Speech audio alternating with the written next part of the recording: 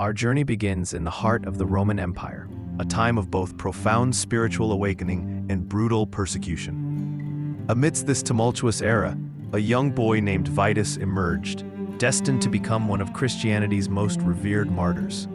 His story, steeped in faith and sacrifice, has resonated through centuries. Saint Vitus stands as a testament to unwavering conviction in the face of immense adversity. His life and martyrdom offer a powerful narrative of courage and divine intervention. We explore his historical context, his enduring veneration, and the fascinating medical phenomenon forever linked to his name.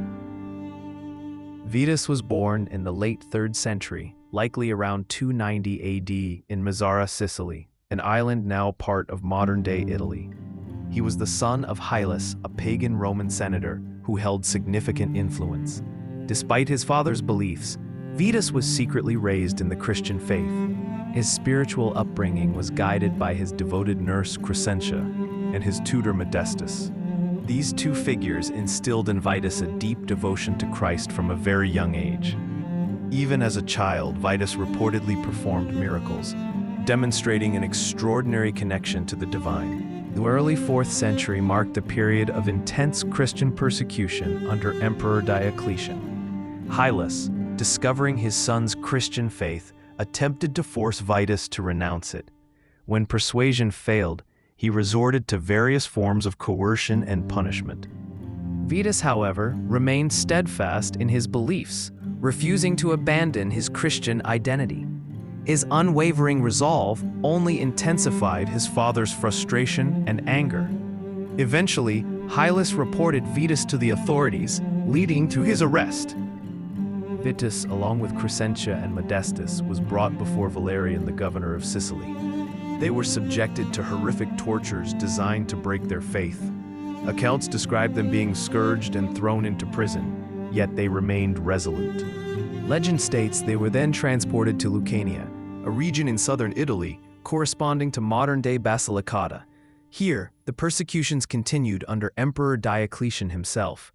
They faced further torments, including being cast into a cauldron of boiling oil and molten lead. Miraculously, they emerged unharmed from these trials.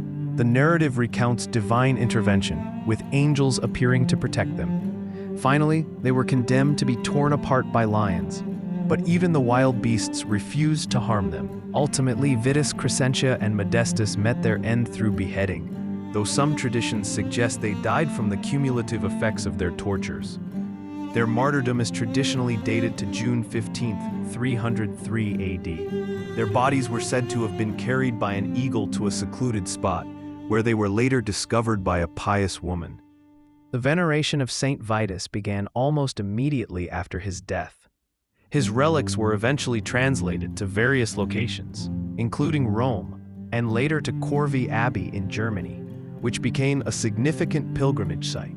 His feast day is celebrated annually on June 15th. Saint Vitus is one of the revered 14 Holy Helpers, a group of saints whose intercession was invoked during the Black Death and other widespread calamities. Their collective veneration grew significantly in the Middle Ages, offering hope and solace. He is widely recognized as the patron saint of dancers, actors, and epileptics. His patronage also extends to those suffering from neurological disorders, dog bites, and oversleeping. Farmers invoke him for the protection of domestic animals and against lightning and storms.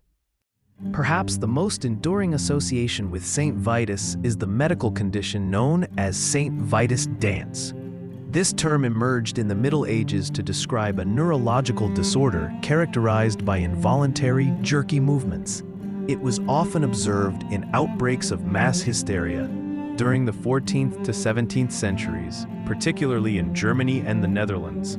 Groups of people would spontaneously begin to dance uncontrollably in public. These episodes were often accompanied by hallucinations and convulsions. Many believed these movements were a form of divine punishment or demonic possession. Pilgrimages to shrines of Saint Vitus became common as people sought his intercession for relief from these afflictions. It was believed that praying to Saint Vitus could cure the involuntary movements, hence the direct link between the saint and the dance. Modern medicine now understands Saint Vitus dance as a historical term encompassing various conditions.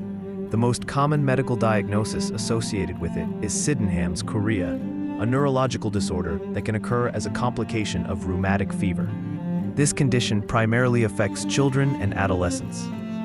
Sydenham's chorea manifests as rapid, involuntary, purposeless movements, often affecting the face, hands, and feet. While treatable, it can be a distressing condition.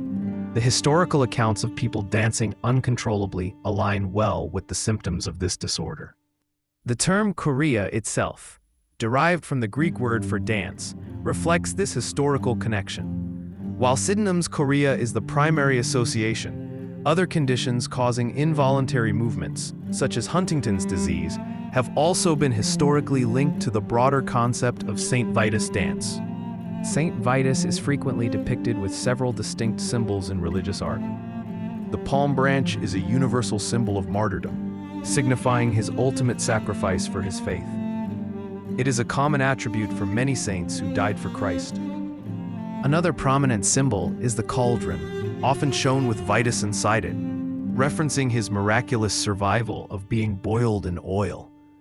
This imagery powerfully conveys his divine protection during his tortures. A rooster sometimes accompanies him, symbolizing vigilance or perhaps a specific detail from his legend. Dogs are also associated with Saint Vitus, reflecting his patronage against dog bites and rabies. This connection highlights the practical and protective aspects of his veneration, particularly in rural communities where such threats were prevalent. The legacy of Saint Vitus extends far beyond his historical martyrdom. Numerous churches and chapels across Europe bear his name, particularly in Germany, the Czech Republic, and Italy. The magnificent Saint Vitus Cathedral in Prague, for instance, stands as a monumental testament to his enduring veneration. His story continues to inspire faith and perseverance, reminding believers of the strength found in conviction. For historians, his life offers a window into the brutal realities of early Christian persecution and the resilience of the nascent church. Culturally, the term Saint Vitus dance remains in our lexicon, a fascinating intersection of medical history, religious belief, and popular culture.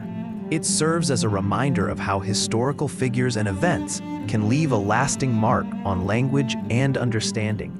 Saint Vitus, the young martyr, continues to be a figure of profound historical, religious, and cultural significance.